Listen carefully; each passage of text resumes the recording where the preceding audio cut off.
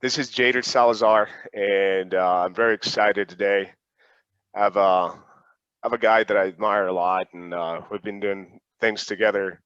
And I'm really proud to have him here in this conversation. This is not an interview; it's just a conversation. Of course, I'm going to be picking his brain, and just I, I, I see that he has one of the strongest minds that I've encountered, and I've seen a lot of people with very strong will and goals, but this guy's like doing something crazy, and I want to pick his brain, not just on his business side, but also to get a little bit of a take on what he does in his mind, how he project his exceptional outcomes through his exceptional activities. So I'm not going to talk anymore. I'm going to let him introduce himself. His name is Dustin Hahn, and he's a killer. He's a great guy. Been a while for some time investing in real estate, helping people. He started. I'm going to let him talk about this, but he started. He learned the trade, started making money in real estate, and then he started. People asked him to teach, and that's how he kind of fell into the whole mentorship industry. Hey, Dustin, take it over, man. Tell us who you are. Yeah, thanks for having me on, Jader. Excited to have our chat. So, yeah, basically, got into business, started my business 17 years ago, and real estate investing was what I thought was going to be the right tool to use to be able to kind of free myself from the 9 to 5 job, and turned out it's a great tool. I was working on the oil rigs in northern Canada, and it's a love-hate relationship. Like, I love machinery, but I hate the cold. Well, extreme cold, like -40, and it was also a kind of a pretty dangerous job. And there was a kind of like a big accident one night on the oil rig where like 20,000 pounds of metal came crashing down where I was standing. And I literally just like jumped out of the way for my life. And I still to this day, like, remember the feel of the wind down my back from this piece of metal, like crashing down. Wow. And then, that night I'm like, man, I got to get out of this. Like, it's not where I want to be. And also I would see the people in that industry just kind of miserable. Right. Huh. And so I realized I need to do something different. And that's when I started reading books on real estate and listening to things. And yeah, took a seminar, paid $5,000 for like a weekend real estate training. And then 4 days after that seminar, I drove like 1,000 miles down to the US and bought 40 acres of land for $4,200, and then sold it for 20 grand, and then never looked back. And it was the best Wow. decision I ever made. Hey, Dustin, I've heard this story once before, and you have a very unique story about how you got to go to the U.S. and invest. Tell me a little bit about the story where your friend, you guys talked, and he was taking a shower, and what Oh yeah. happened? Yeah. So what I used to do, like in the oil field, was so this is in Alberta, Edmonton area, and it'd be very cold, snowy winters. And one of the things I used to do a lot was like drive the big front end loader and plow snow. And I actually really enjoyed doing that because I could listen to tapes in the tape deck, listen to the radio, chat with friends. And somebody had given us Robert Allen's Multiple Streams of Income on like cassette tape. Right. So I would drive around plowing snow, listening to that. And he talked about like all sorts of different businesses and, the multiple streams of income. And he started talking about tax lien and deed investing. And that kind of caught my attention. I'm like, oh, that sounds like a really neat way of investing. And in Canada, it wasn't really like, they have tax deeds in Canada, but it's not nearly as lucrative. Right. So I was telling a friend of mine, I'm like, hey, in the US, there's this like really interesting thing where you can buy properties for back taxes. It's called tax liens and deeds. It sounds kind of cool. Right. And that was kind of the extent of the conversation. And then maybe like a month or two later, he was in the shower And like he had like his little shower radio, and there was an advertisement for tax lien and deed seminar. Huh. So he like wrote down the number in the fog on the shower mirror, and then he forgot about it. And then later, I think it was the next day, he went and refogged the mirror to get that number. And then he called and then booked us in for like the free seminar where they pitched us the $5,000 course that we signed up for. And from that course, you got enough information to just go and venture, and you got a Literally, yeah. property. So Wow. 3 days in that course, and we drove down like so obviously if you dig in a little more, like we have a tax lien and deed training system, and it's mainly US based. So one of the things was like if a 20-year-old kid can drive down from Canada to do this stuff and buy property within 4 days, then there's really no excuses Right. stopping someone from doing real estate. So yeah, like 4 days after we had property.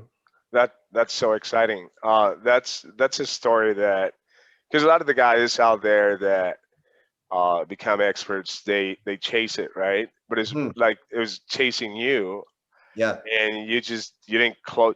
I guess I wonder if opportunities come to you, and most people choose not to see those opportunities. What do you think? I think it's like a weird synchronicity in many ways, because my friend Darren that I grew up with, we like raced dirt bikes together, and he's never had a real job. Like was doing landscaping in high school and under his own company. And I was working the 9 to 5, and he was kind of doing his landscaping thing. And he'd mentioned that like he bought a house, and I didn't actually believe him at the time. And then I'm like, okay, it's real. And then that kind of like put the spark in my head to, oh, maybe there's something to this real estate thing. And to this day, we still can't really pinpoint where it conceived itself. Right. Somewhere along the lines, we got into real estate together, and yeah, great move. If you had to put a number on this, how much do you think you've spent to learn? And do you still spend money to learn, keep learning? Yeah, I would say over 200, probably 200,000, I would think, just on, over the last 17 years, just the first seminar alone that I went to, I think it was $5,000. And then we did like, of course, the $2,000 upsell to a tax strategy system, which was awesome because that system showed me how to get back the price of the seminar through my taxes, which was cool. And then from there, just over the years, whether it's $1,000 here, $2,000 there, $500, or paying somebody $5,000 for an hour of consulting and coaching, because what you'll find on a high level is, sure, there's a lot of people who do coaching and stuff like that, but there's a lot of these people, they're a coach, but they don't really have the horsepower behind them. Right. And that's okay. I'm not saying that's a bad thing. But when you get to a certain level, to talk to somebody who's already been past that level is going to cost some money. So many times, I've ponied up like $1,000 to $5,000 to hop on the phone for an hour with somebody who's already solved that problem to, just allow me to learn from their mistakes. And Right. yeah, so I'd say definitely over 200,000 for sure. So wait a minute. So you got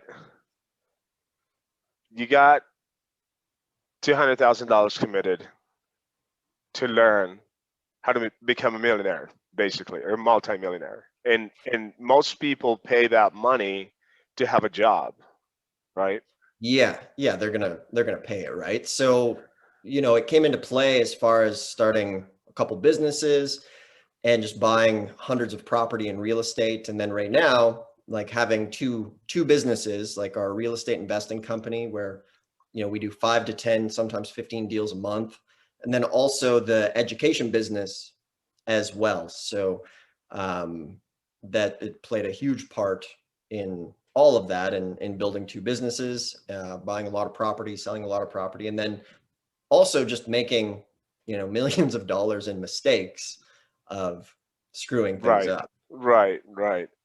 Now, what was your how was your family taking all this? I mean, you're 19 years old, Yeah, and like you buy a ticket, you fly down in U.S.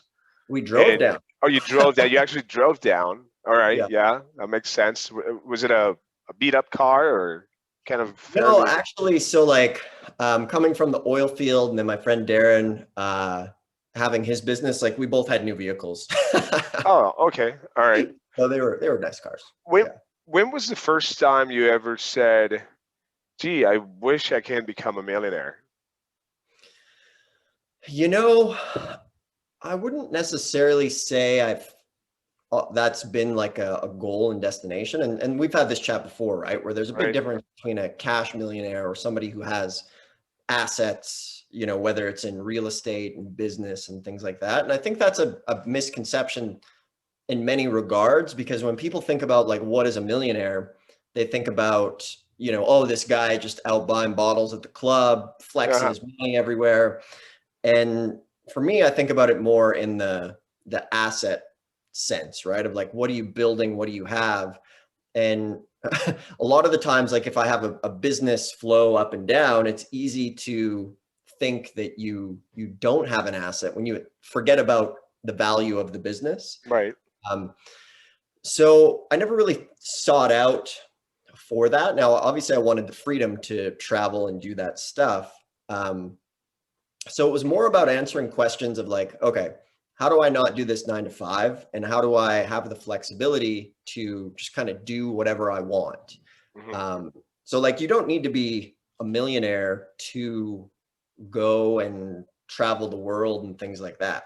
Like one of my businesses was doing like $1,000 a day on autopilot, and like that's more than enough to travel. Like I traveled Right. for a couple of years, and and even while I was traveling to multiple countries, rarely would my cost of living go beyond maybe 12, 13 grand a month.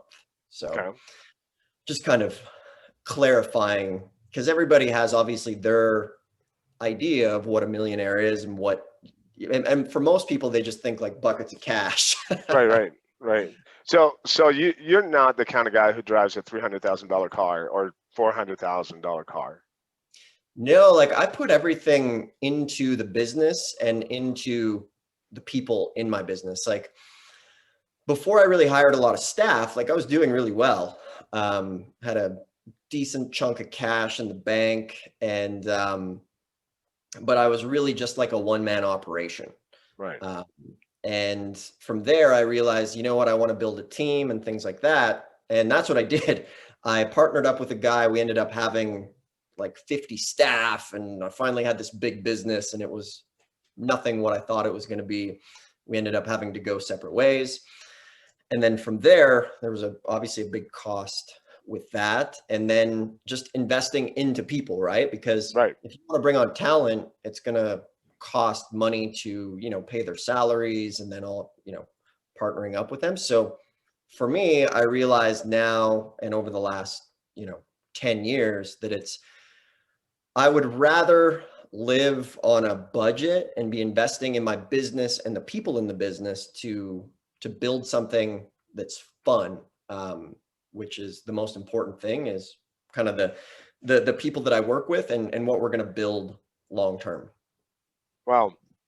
Great. I want to talk to you on because everybody when they see your videos and they want to hear your story, they're very intrigued by the business side, your expertise, your experience in this, especially people that are considering you Yeah. as a potential coach or mentor for them.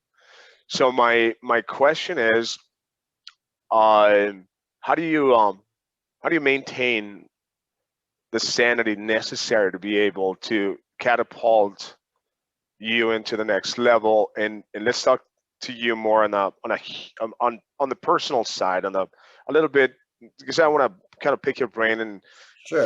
find who you are in your mind a little bit, so people can also understand that part. Because you can be very successful in business, but have a very um, unhealthy mind, if I can put it that way. Sure. Yeah. So I think once again, it comes down to knowing yourself and what you want and where you want to go. Um, I'll answer the part about myself, but to just kind of give some context to that, because I don't like to speak in generalities, Hmm. because there's too many people that just make blanket statements that they shouldn't be, because everybody's you and I might have completely different goals, right? Hmm. And we might have natural talents in different areas. So as far as being able to manage and run the businesses that I do, part of it is the sense that, or part of it's the side of it where, like, first off, I'm not married, I don't have a family, I don't live with my girlfriend, and I have a lot of time. Right. Like, I don't have all of those things that I don't want to say people use as an excuse, but if you have a spouse and kids and all of that stuff, it takes up a lot of time, Right. and it should, right? Um, so for that, like, my time is spent either on my business, it's spent mountain biking, dirt biking, snowmobiling, or jujitsu, and pursuing the things that I want to do. Now, as far as coming back to maintaining sanity, like, I think there's kind of this trendy thing right now where everybody's promoting, like, hey, turn your passion into a business and this and that. And you can even read the studies. Like, we're reading this really good book right now called The Art of the Impossible. And Well, it's cool. Like, he talks about basically how a lot of people who turn their passion into, try to turn it into a business, you eventually kind of burn out, and you take that, you take the fun out of it, because to really turn your passion into a business, it's going to take, you're going to have to go to the depths of hell when everything's not working to have the grit to sustain it, right? right. So that's why I love real estate investing. And one of the things that I talk about, like, in our trainings and things like that, it's like, look, if you want to open a bakery or a donut shop, or, whatever, like, a side business you want to do, it's like the statistics of starting a new business. What is it? Like, 90% of new businesses fail, right? So real estate is black and white. Like, you show me a deal, within 20 minutes, I'm going to be able to analyze, this is a good deal, this is a bad deal. And I don't want to say it's simple, but it's very black and white. Whereas 90% of people are going to fail with a business, that's their cat walking company or whatever that's going to be. You can get into real estate, make some money, and then fund that thing. And if it doesn't work out, you're not screwed. So I guess, just circling back, um, I'm naturally predisposed to being able to deal with the stresses and BS that come with a business. And I'm not saying I'm special, but I think they've said maybe 10% of people are cut out to be entrepreneurs, type thing. And Right. it doesn't feel like work. It's fun. Yeah, I remember one time I was dating this girl, and her mom was the dean for the business school at BYU, Brigham Young University down in Utah. Okay. And so she invites me to the house to meet her mom for the first time. And I remember I had my own company and I had my own employees. And she asked me, the mom, she was very cordial, very nice, and she said, "So what do you do for a living?"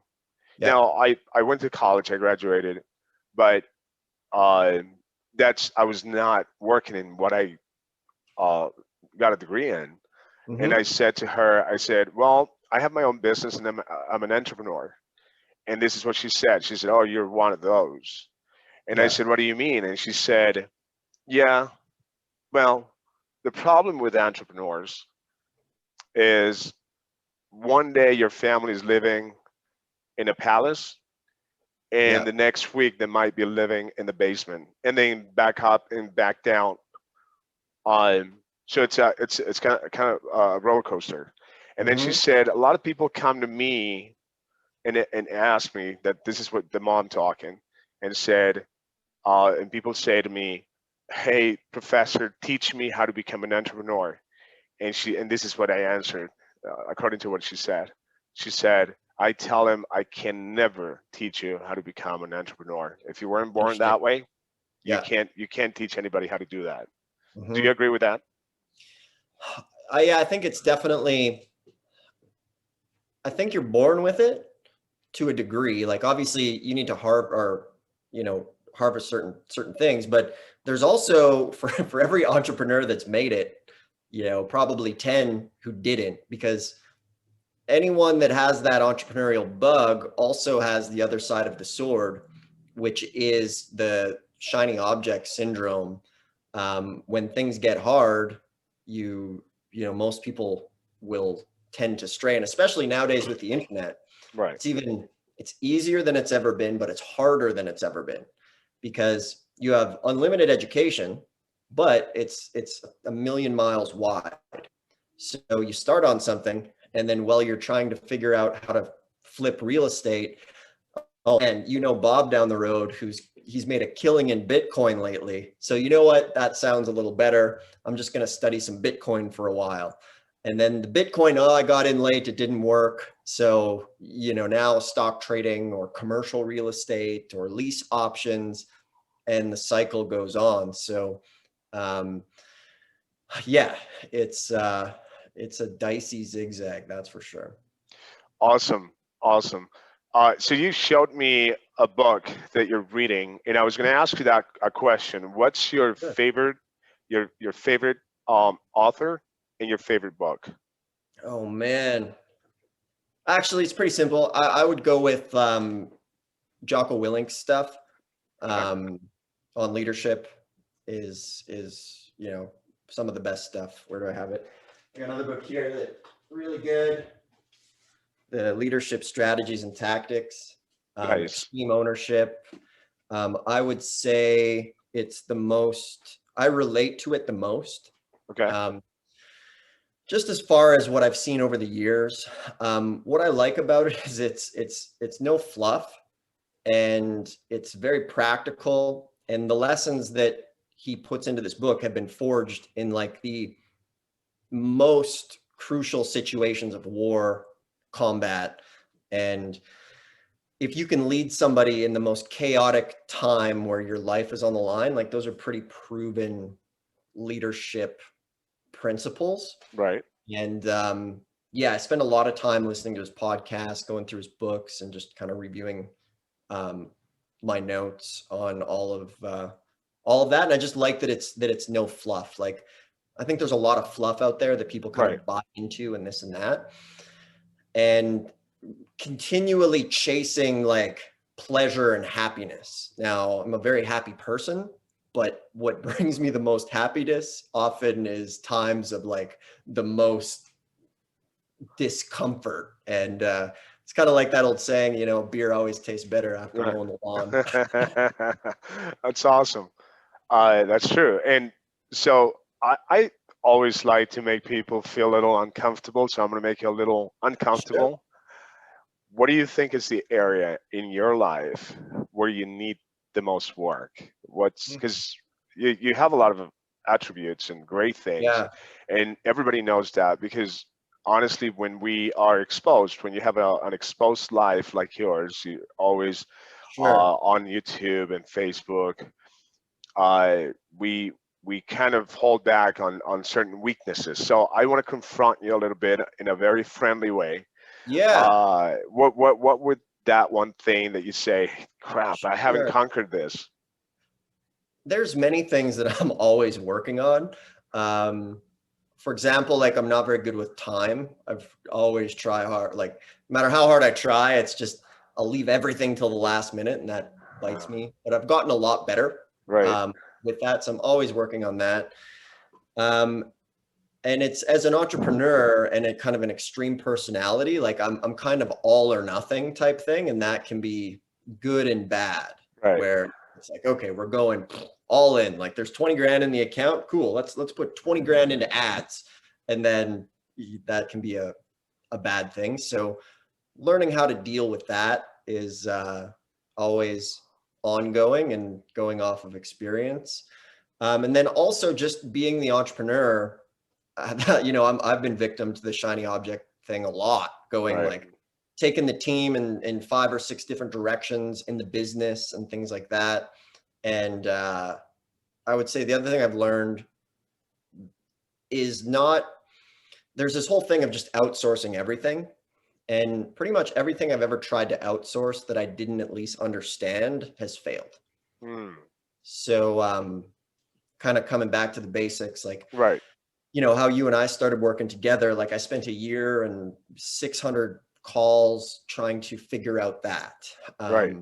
So, there's always a lot of weaknesses that I'm working on. I'm either extremely disciplined or off the wagon eating pizza, having beer all weekend. Fantastic. Dustin, this is something that most people are a little afraid to admit, and it takes a lot of courage to be able to get to that point and say, hey, I need work in this or that. I think it's important to do that. I wanted to thank you very much for sharing this time with me and sharing some of your personal life in your professional. One last thing that I'm going to ask you: Sure. can you share a tip for people that are interested in investing in real estate? Anything you can share Yeah. in practical terms? As far as a tip, to really make the decision that to burn the boats, basically, like that story of, Hmm. I can't remember what army it was, but they showed up at the shore, they were outnumbered. Alexander the Great. Yeah, and Yeah. and he burned the boats. Yeah. I would say taking that approach to it and thinking like there is no other option to this. Depending on what stage of life that the person is in. Now, most of the people who come into our real estate stuff are generally over 40. So at that point, you want something that you can double down on, that you're not going to waste 5 years. And with real estate, you're not. You Right. you either make the decision that you're all in, or you're not, because there's no in between. And the thing is it's not that difficult compared to anything else out there. Like real estate it's been around forever. It's not going anywhere. And it's simple when you get down to the fundamentals of it. So just making that decision and sticking with it. Obviously, finding somebody that can help you do it is key. I would say most people would need that. Some people won't, but if you want a shortcut, well, not a shortcut, but being able to ping things off people who've made those mistakes is Minimize the mistakes. Right. exactly, minimize the stakes is key. So figure out how to burn the boats. Like for Awesome. me, last example was like quitting my job and going into real estate full time. It's like, okay, here we go. Yeah, that was sudden and Mhm. decisive. Awesome. Excellent. Thank you. Thank you very much, Yeah, Dustin. thanks, Jader. We appreciate it. All right. Appreciate you having me on. All right.